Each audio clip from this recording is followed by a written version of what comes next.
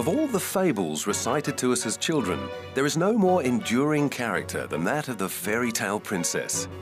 Whether they are born into royalty, like Sleeping Beauty, or marry into it, like Cinderella, real-life princesses have plenty in common with their fairy tale counterparts.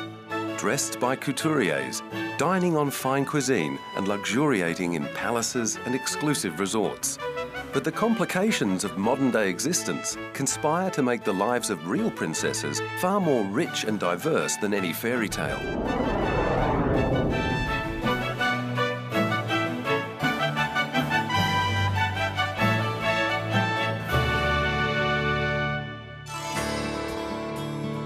Our story begins with a young woman from Philadelphia who conquered hearts as a Hollywood princess before being whisked away by a real-life Prince Charming to become Her Serene Highness, the Princess of Monaco. Born in 1929, Grace Patricia Kelly's cherished dream was to become a stage actress. She funded her own way through drama school by modelling evening wear for New York fashion houses.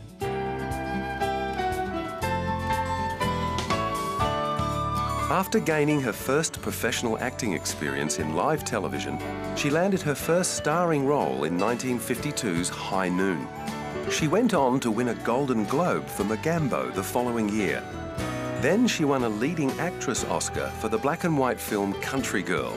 And by the age of 26, she'd starred in the classic musical High Society and 3 films directed by Alfred Hitchcock.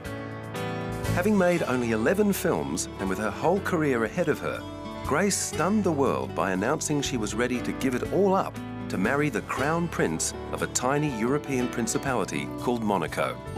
Surrounded by France, the world's second smallest independent nation was practically unknown to anyone except the wealthy jet set who basked in the luxury of Monaco's beaches, casinos, and lax income tax laws.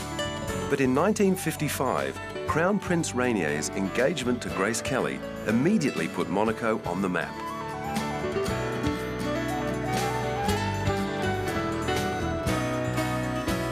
And if she had been popular with the press before, the young film star now had to deal with the unprecedented frenzy sparked by the media's obsession with documenting her transition from Hollywood siren to Her Serene Highness. Even aboard the cruise ship that was crawling with film crews and photographers, she managed to keep smiling, no doubt finding solace in the company of her pet Hungarian Vizsla, before having to face the crowds of adoring Monegasques who were soon to become her loyal subjects.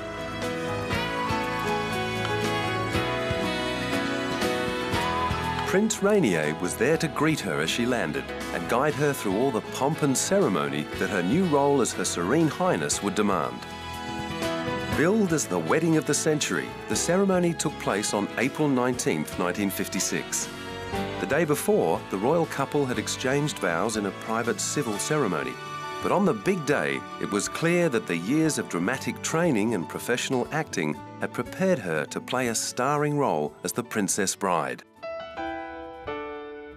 In front of a television viewing audience of 30 million people around the globe, her stunning dress of silk, taffeta, tulle and lace shone like silver. It was designed by Metro-Goldwyn-Mayer's Oscar-winning costume designer Helen Rose and took 36 seamstresses 6 weeks to complete.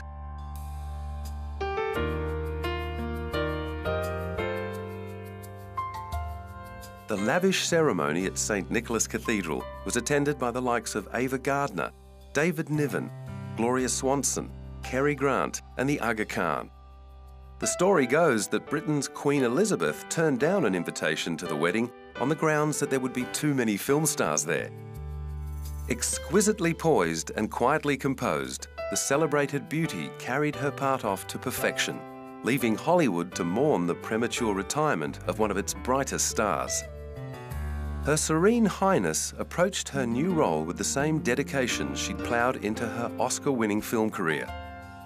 After a 7-week honeymoon cruise aboard the Prince's yacht, she got straight down to the task of producing an heir to the throne. 9 months later, she gave birth to Princess Caroline, whose arrival was celebrated with a 21-gun salute.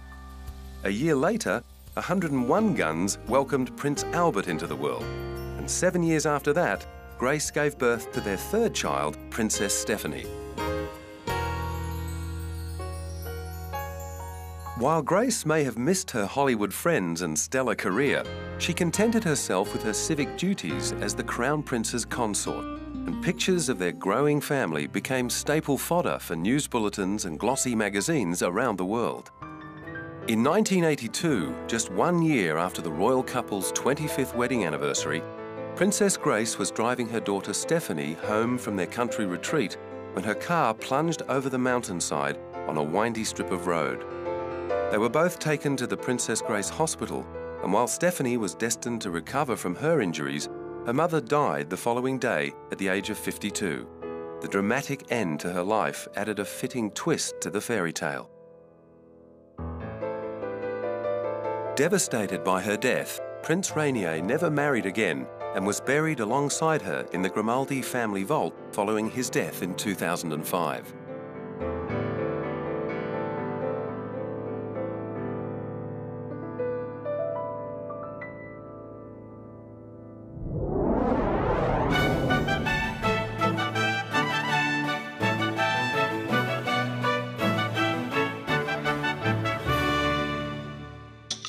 While Grace was transforming from movie star to princess in the late 1950s, Princess Soraya of Iran was attempting to reverse the metamorphosis.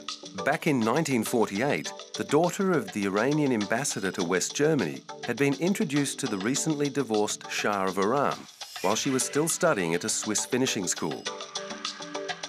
The Shah was instantly enamoured, and the couple married in decadent splendour at Golestan Palace in Tehran in 1951. 1.5 tons of orchids, tulips and carnations were flown in from Holland, and Soraya wore a silver lame gown encrusted with pearls and trimmed with marabou feathers by Christian Dior. The outfit was topped off with a full-length white mink cape.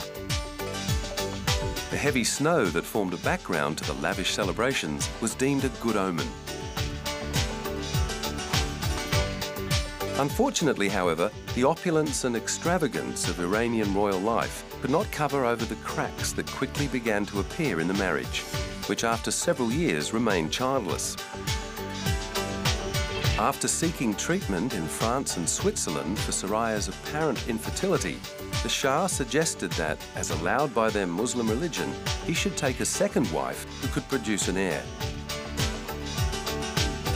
Soraya refused to go along with his proposal, and despite his pleas for her to return, she left for her parents' home in Cologne on the same ship that carried Grace Kelly to Monaco, preferring to be divorced than sidelined.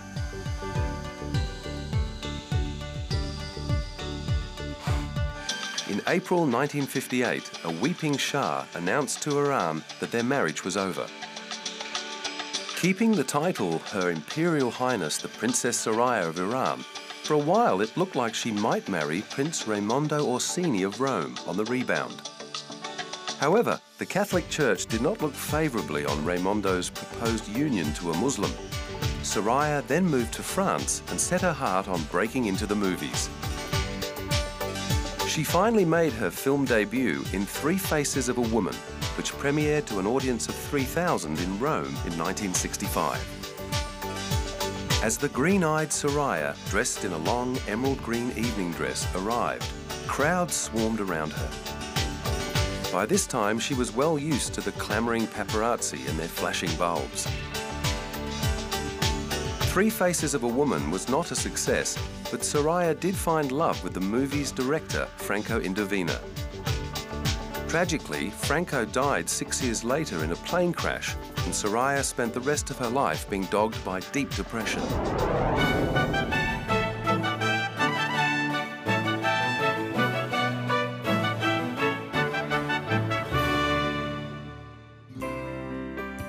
Another royal contemporary of both Grace and Soraya may also have made her way to the big screen if the restrictions imposed by her birthright had not prevented her from seeking a performing career. There's no doubt that the young Princess Margaret was beautiful enough to have held her own among the starlets of the 1950s. After her death at the age of 71 in February 2002, her nephew, Prince Charles, shared his fond memories. my aunt was one of those remarkable people who, apart from being incredibly vital and attractive, and of course, when she was young, so many people remember her for that vitality and attractiveness, and indeed her incredible beauty. But she also, and I think many people don't realize this, had such incredible talents.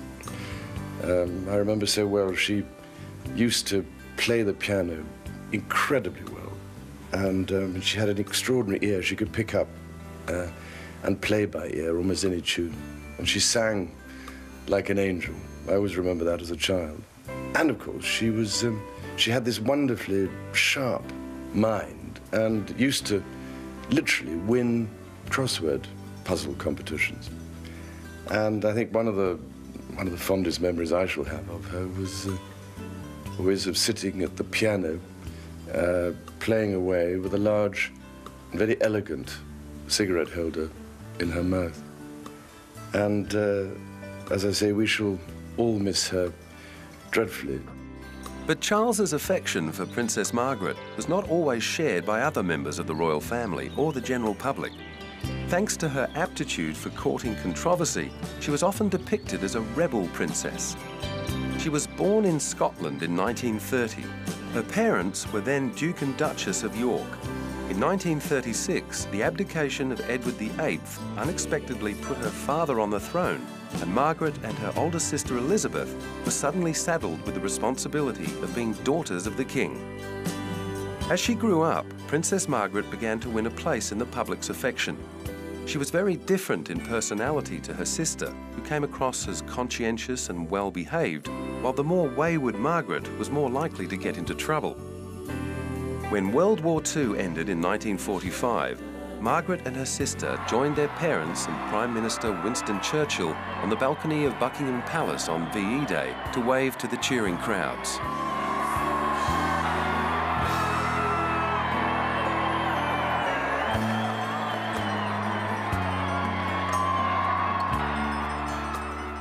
In 1952, her father, King George VI, died, and she saw the attention switch to her sister as she became Queen Elizabeth II.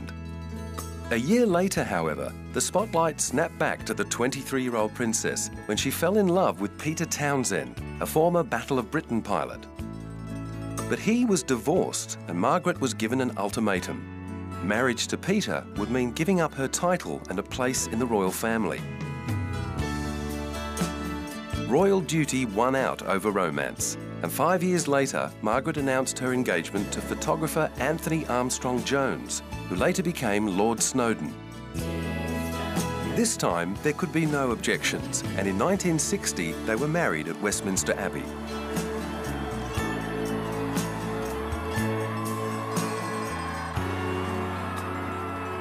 The couple were the focus of high society, and they had 2 children, Viscount Linley and Lady Sarah.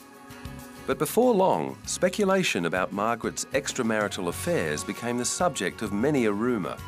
Throughout the 60s and 70s, her name was linked with a string of lovers, such as Mick Jagger and Peter Sellers, who allegedly visited her house on the Caribbean island of Mustique.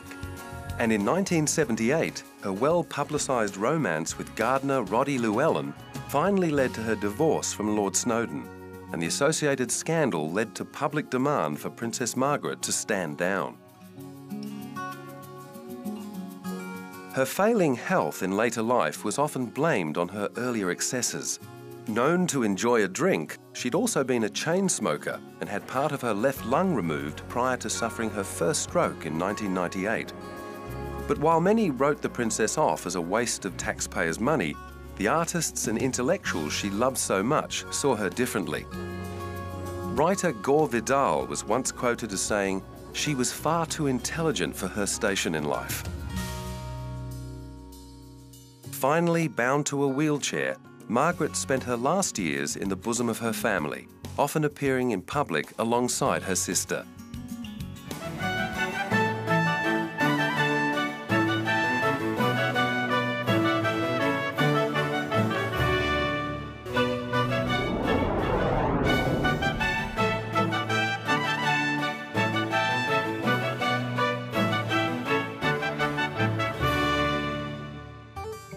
Another royal rebel is Princess Grace of Monaco's daughter, Stephanie, although her story bears more resemblance to that of Princess Margaret than the shy and retiring Sayako. At 19, Stephanie was in the car with Grace when it ran off a mountain road in Monaco. Her own severe injuries from the accident prevented her from bidding farewell to the mother who lovingly labelled her Wild Child. Since then, Stephanie has run off the rails numerous times.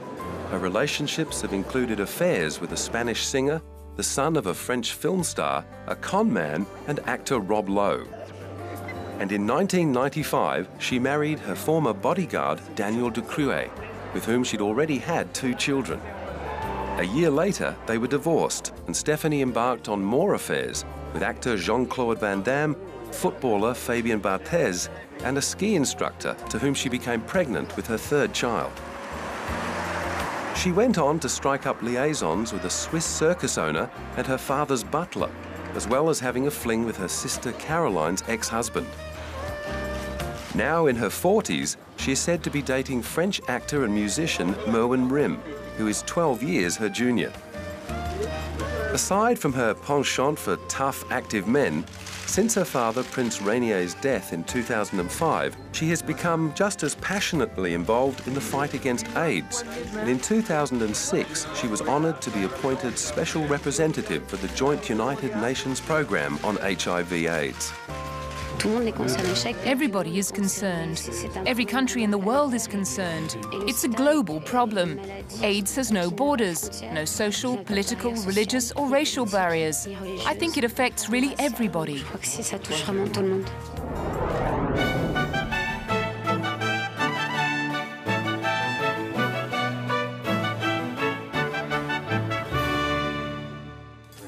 Like her younger sister, Princess Caroline of Monaco is passionate about good causes. As well as founding the children's charity Jeunes J'écoute, she has been awarded Commander of Cultural Merit in recognition of her commitment to the arts. And in 2006, she was honoured with the UNICEF Children's Champion Award. She came into the world with great fanfare on January the 23rd, 1957. The first child of proud parents Princess Grace and Prince Rainier, her birth was marked with public celebrations in front of Monaco's Great Palace. Still basking in the afterglow of their Crown Prince's wedding to the beautiful Grace Kelly, Monaco was delighted for the excuse to throw another party. Later that year, she made her first public appearance on the palace's balcony. Amid general rejoicing, balloons, stamped for the date of the baby's birth, were released, while there was free champagne to drink her health. As the oldest child of Monaco's reigning family, she became well used to the spotlight from an early age. Rather like her kid sister Stephanie, she discovered her rebellious streak as a teenager and, much to her mother's disapproval, married a divorced banker called Philippe Junot, who had quite a reputation as a playboy. However, as Grace had predicted, the marriage was over within 2 years. 2 years later, Caroline was devastated by Grace's sudden death and struggled to keep her composure during the state funeral. Not long after, she seemed to have found happiness when she married businessman Stefano Casiraghi.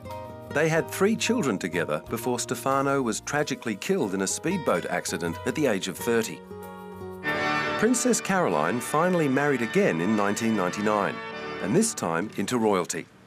Her third husband is Ernst August, the 5th Prince of Hanover, a match much more in keeping with her royal position than either of her previous marriages, especially in view of her status as presumptive heir to the throne. This means that if her younger brother Albert, the current Crown Prince of Monaco, dies without a legitimate heir, she will automatically become the Crown Princess, making her eldest son, Andrea Albert, second in line to the throne. Having well and truly put her wild days behind her, Princess Caroline seems content to be continuing her mother's legacy. Blessed with the same film star radiance and elegance, her charity work now takes priority over her social life. On the downside, the beauty and intrigue of Monaco's royal women has drawn so much media intrusion into their private lives that in 2004, Princess Caroline obtained a judgment from the European Court of Human Rights condemning the publication of private photos.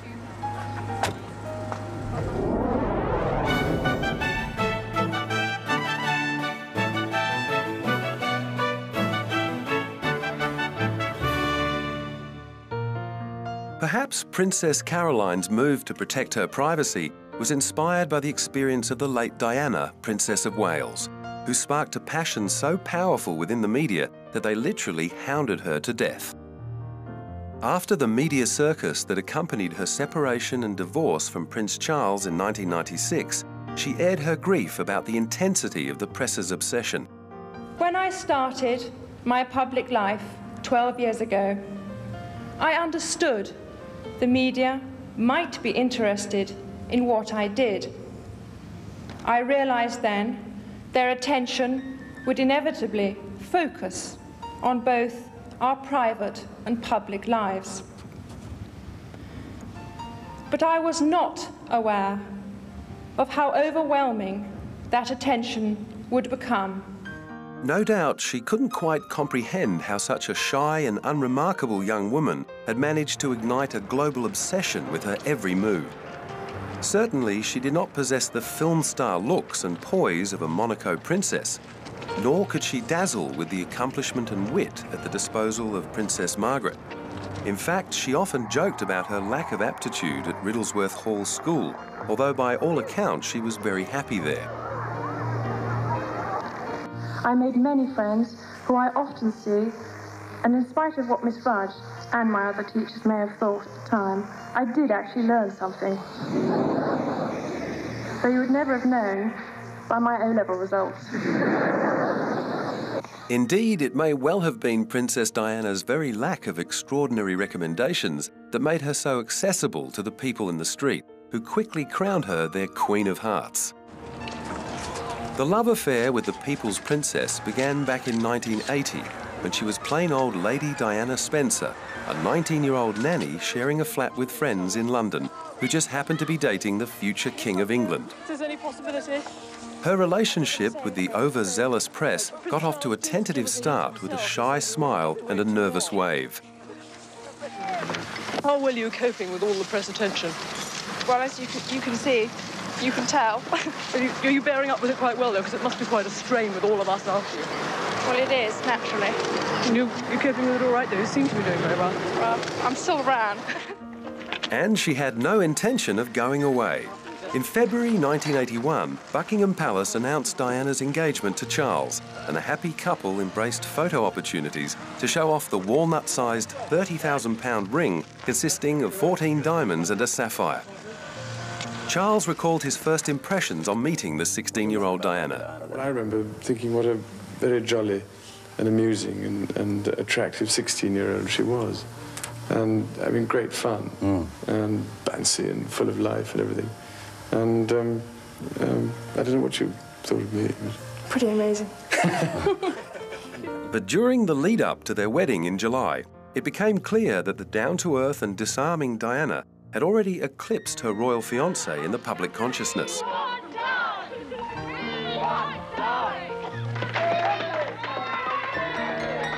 Her fresh-faced sincerity and sense of fun were overdue antidotes to the guarded, stiff upper lips of the monarchy. On the day of the royal wedding, people were chanting her name in the streets. The nation was given the day off, and crowds lined the streets to catch a glimpse of the fairy tale bride.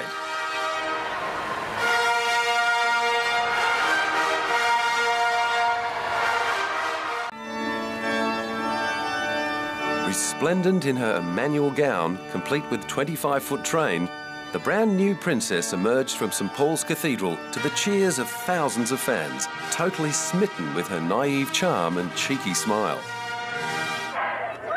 Over the next few months, she consolidated her relationship with the public, both at home and overseas. On walkabouts with Charles, she was always a huge hit with the crowds.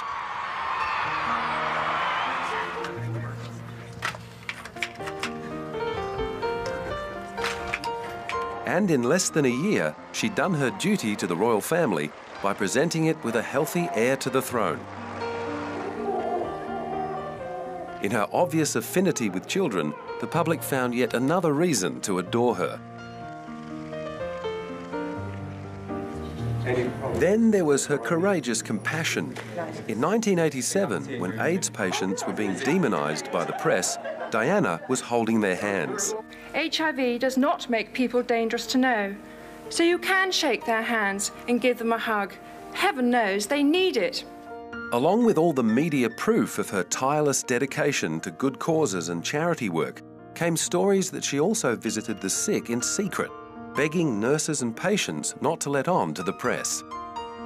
With public opinion on her side, she went on to win even more hearts as reports emerged that Charles was carrying on an affair with his old sweetheart, Camilla Parker Bowles. While there were also plenty of stories of Diana's alleged infidelities, many magazines and tabloids chose to contend that she was merely acting out of loneliness. This line was bolstered by stories about her battles with bulimia and multiple suicide attempts. She was being stalked by telephoto lenses and media speculation. In an attempt to redress the balance, she approached biographer Andrew Morton to tell her side of the story, depicting Charles as a neglectful and unfaithful husband. After that, it was only a few short months and the odd awkward public appearance before Prime Minister John Major announced their separation. Even under the intense glare of the spotlight, she continued to use her public profile to raise awareness of issues that had been swept under the carpet by polite society for years. And she wasn't afraid to speak from her own agonising experience. I have it on very good authority that the quest for perfection our society demands can leave the individual gasping for breath at every turn. This pressure inevitably extends into the way we look.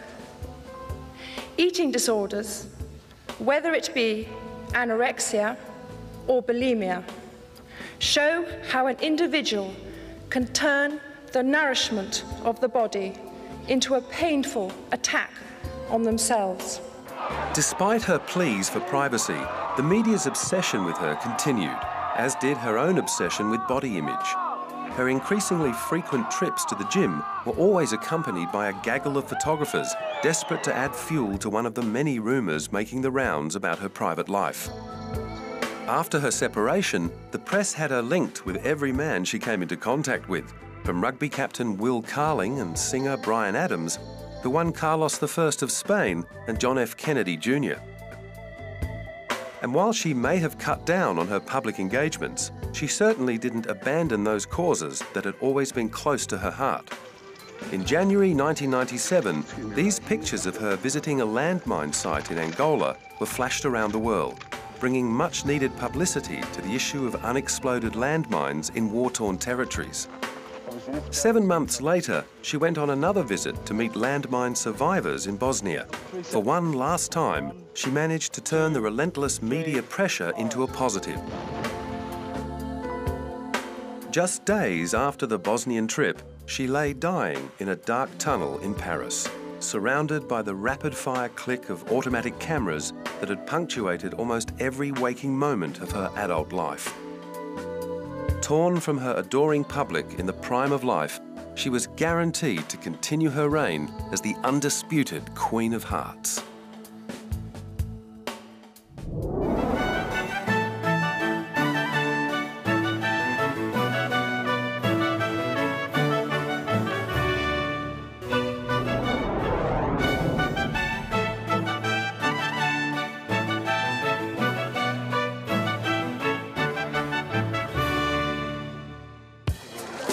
Another top contender for the Queen of Hearts title is Denmark's Crown Princess Mary.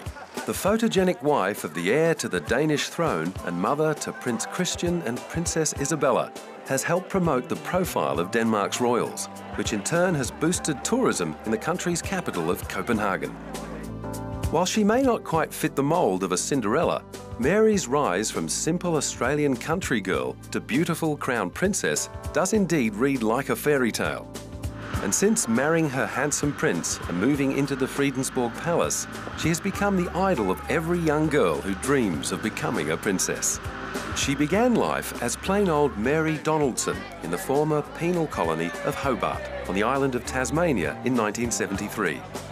She grew up loving the outdoor life and riding horses. Upon graduating from university, she began a career in advertising in Melbourne. But after her mother died in 1997, she left her job to travel before settling down in Sydney, where she became a real estate agent. She and Prince Frederick first bumped into each other at a bar called the Slip-In during the Sydney 2000 Olympics. Out socialising with separate groups of friends, they got talking, and without knowing exactly who he was, Mary slipped him her phone number, and so began the romance.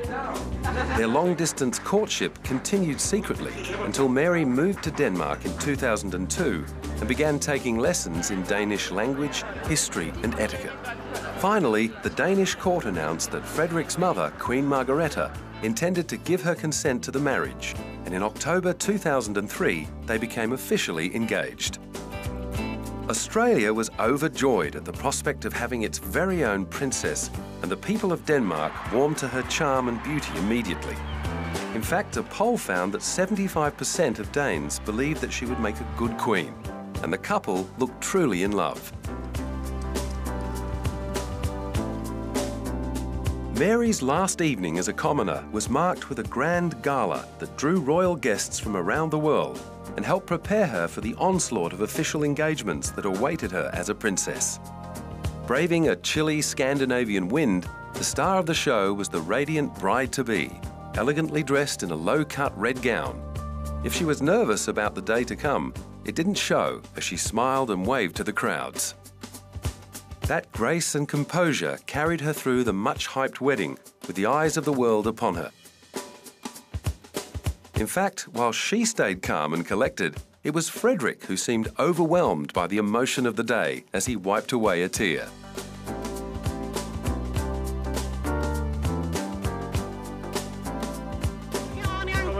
The sensitive prince was just as demonstrative as he excitedly greeted the media after the birth of the couple's son and heir in October 2005. Of course, it's tremendous joy. It's sort of a warmth coming up from deep within. You discover new sides of warmth and love, and just slowly trying to realize what just happened 8 hours ago, a little bit less than 8 hours ago. A few days later, the new Prince Christian made his first public appearance in the arms of his mother, who practiced her Danish. I'm feeling absolutely wonderful. 2 years later, Christian was joined by a baby sister, Isabella Henrietta. Becoming fluent in the Danish language has allowed the princess to involve herself in a raft of local charitable ventures. She has been a leading light in the campaign to improve disadvantaged migrant areas of Copenhagen, as well as becoming involved in a new campaign to raise awareness about skin cancer through the Danish Cancer Society. It's also no surprise to learn that the impeccably dressed Princess Mary is an active patron of Denmark's third highest earning export, the fashion industry. One of the perks of that plum roll is a guaranteed front row seat at all the local fashion events. No doubt it also helps her keep up with the pressure of putting together the perfect haute couture outfit for that next red carpet event.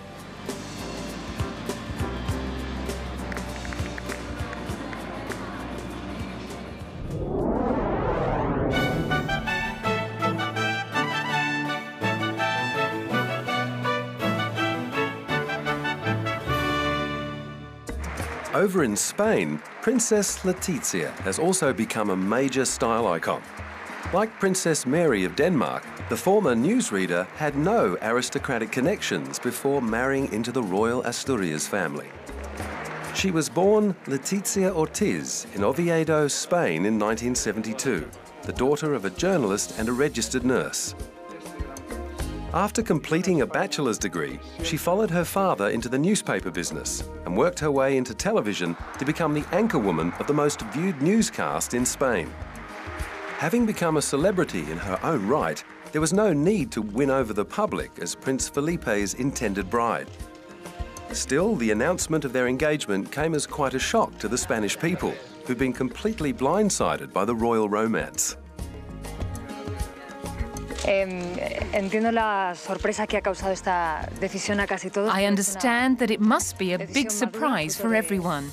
reflexiones muy intensas y sobre todo. But it hasn't been a quick decision. It's been based on the great love that we feel for each other.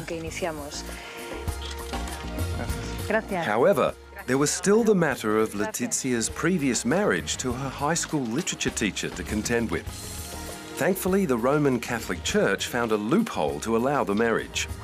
But 2 months after their official engagement came the claim by Cuban artist Waldo Saavedra that the artwork on a new album by Spanish singer Mana was a nude study of the future Spanish crown princess. Scandal was averted when he clarified that Letizia had not posed nude, but had simply given him a photograph of herself in which she was fully clothed and that he'd used his imagination to paint her naked.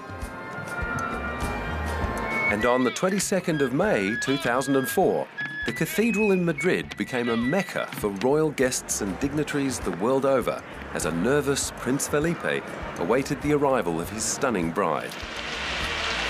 The pouring rain did nothing to dampen the enthusiasm of the waiting crowd as Letizia began the daunting walk down the aisle on the arm of her father. The picture-perfect couple's moving vows were broadcast to the nation and witnessed on huge screens outside the cathedral. Don Felipe de Borbón y Grecia, príncipe de Asturias, y doña Leticia Ortiz Rocas. Felipe, te recibo a ti, Leticia, como esposa y me entrego a ti. Y prometo serte fiel en la prosperidad y en la adversidad, en la salud y en la enfermedad, todos los días de mi vida. Yo, Leticia, te recibo a ti, Felipe, como esposo, y me entrego a ti. Y prometo serte fiel en la prosperidad y en la adversidad, en la salud y en la enfermedad, todos los días de mi vida. Padre, del Hijo. As the ceremony ended, cheers rang out in the square.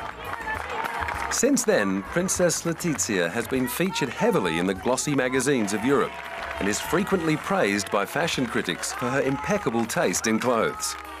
She also has her own fan club, with websites dedicated to gathering photos and updates on the Queen of Spanish style. Her waif-like figure and chiseled cheeks have led to speculation that she may have an eating disorder. But despite her fragile frame, she has given birth to 2 healthy daughters, Leonor and Sofia. And although the current Spanish law of succession would hand a potential younger brother the throne over his older sisters, it is possible that the law could be changed to make Leonor the heir apparent.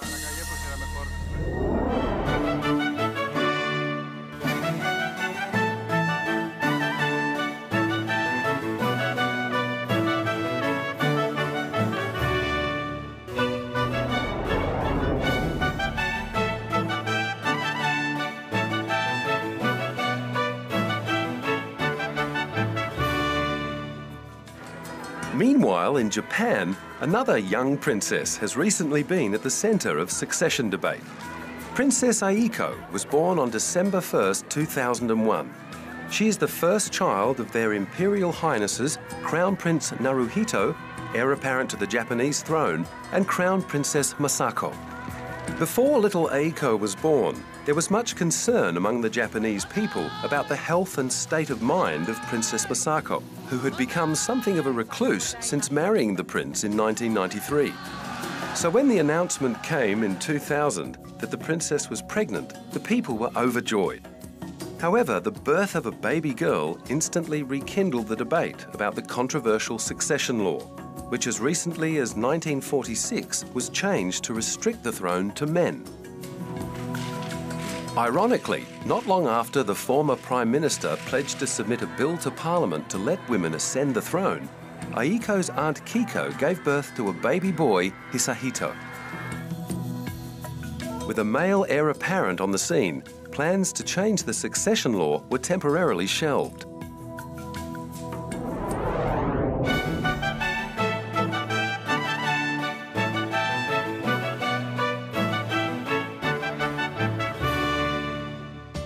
One European crown that is assured of being inherited by a female is that of the Netherlands, where 3 princesses stand directly in line to the throne. Catharina Amalia, Alexia and Ariane are the 3 beautiful daughters of heir apparent Prince Willem-Alexander and Princess Maxima of the Netherlands. Maxima was born in Argentina in 1971, and after graduating with an economics degree in 1995, started a career in investment banking. She met Willem Alexander 4 years later in Spain during the Seville Fair. But as he introduced himself only as Alexander, she had no idea he was actually a prince. When he broke the news to her later, Maxima was convinced he was joking. Still, she agreed to meet him in New York 2 weeks later. The romance blossomed and they were engaged in 2001. Throughout January 2002, Amsterdam was abuzz with activity in preparation for the royal nuptials. It is a big event, a big operation. We used 6,000 police officers in that period. The operation cost a lot of money, 5 million euro, so it's a lot of money. It's first thing, it's safety first. Despite some controversy caused by the fact that Maxima's father had served under the regime of former Argentine President Jorge Rafael Videla, a military dictator who had been responsible for many atrocities during the 1970s, the mood in the Dutch capital was one of great anticipation and excitement.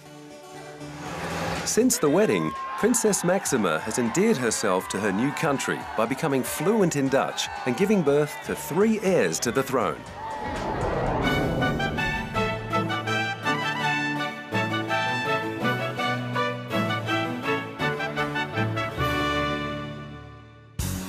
Another country that has guaranteed the accession of a female monarch is Sweden.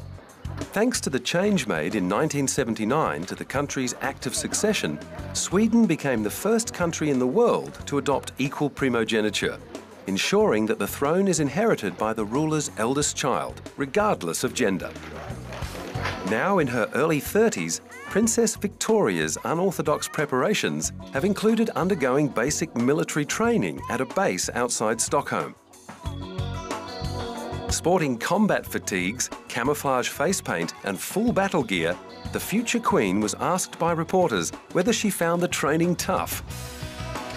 It depends what you mean with tough, of course, but for me it has been very good in that sense that I've learned a lot. Yes, it has been tough in the sense that you don't sleep as much as usually, but yes, of course, you carry heavy stuff, but it has been extremely interesting. I learned a lot. The exercises has also been really very well prepared, I must say. So it really gives you sort of the right idea what it's all about and sort of the right impression. Of course, you're doing something that you're not used to. More used to designer outfits and formal suits than battle dress, she was happy to muck in with 40 other men and women to learn combat and marksman skills, as well as practicing first aid and chemical warfare safety to get an understanding of the role played by Swedish forces in international peacekeeping assignments.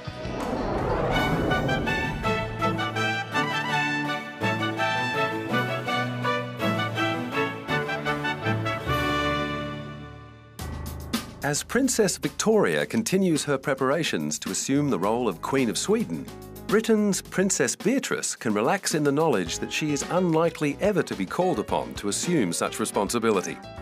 With 4 male heirs before her, she is 5th in line to the throne. Princess Beatrice is the daughter of Queen Elizabeth's 2nd son, Andrew, Duke of York, and Sarah, Duchess of York, who divorced in 1996 when Beatrice was 8 and her younger sister Eugenie was just 6 years old. In spite of the worldwide publicity stirred up by the divorce, her parents have remained on the best of terms as co-parents, and Beatrice has grown up relatively free of intrusion from the press.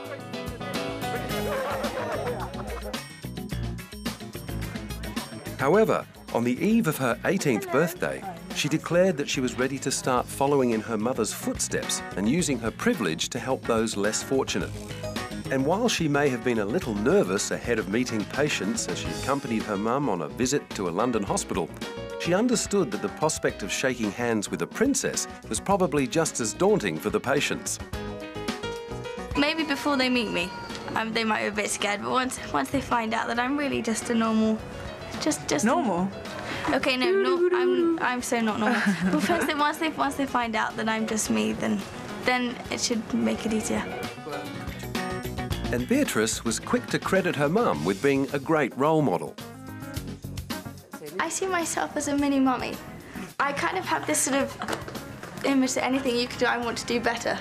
She is the best advice giver I could possibly ever wish for, and she's a she leads by example, really. And her behaviour kind of is one that I really would like to follow. However, the princess's enthusiasm is not shared by everyone. Just 1 year earlier, some sources close to the Queen were questioning her mother's advice-giving talents when Beatrice appeared on the cover of Tatler magazine.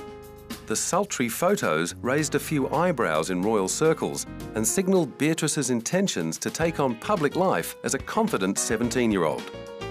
Well, I think the pictures are a bit unfortunate. Buckingham Palace has spent years keeping the girls away from the media radar, and they succeeded. But now that Beatrice has turned over 16, she turned 17 on Monday, she's out of their hands, and there's not a lot they can do about it. And this really came probably as a result of parental agreement, no prizes for guessing which parent. In fact, her mum not only sanctioned the article, she sat in on the photo shoot and interview, in which Beatrice revealed that the divorce of her parents had actually brought the family closer together. The young princess also admitted that she was very lucky and wouldn't trade her life for anyone else's. Beatrice and her sister Eugenie belong to a new breed of princess. Combining the advantages of royal privilege with the freedom of a normal life, they look set to enjoy the best of both worlds. While in royal families around the world, other young women are preparing to ascend to positions of power formerly preserved for their brothers. And although the stories of their lives may not read like classic fairy tales, these very modern princesses are still setting their sights on that happy ever after.